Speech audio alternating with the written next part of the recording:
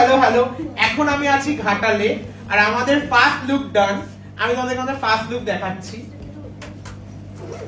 কেমন লাগছে অবশ্যই দেখে জানাবে।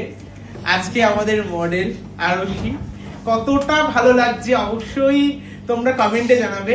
আর তোমাদেরকে এটা বলি যে আজকে যে আমাদের সেমিনারটা ছিল ঘাটালে, এই মুহূর্তে ইন লাইভ ইন স্টেজ এত আর্টিস্ট আমার সাথে, একটু দেখিয়ে দাও সবাইকে, প্রত্যেককে দেখিয়ে দাও,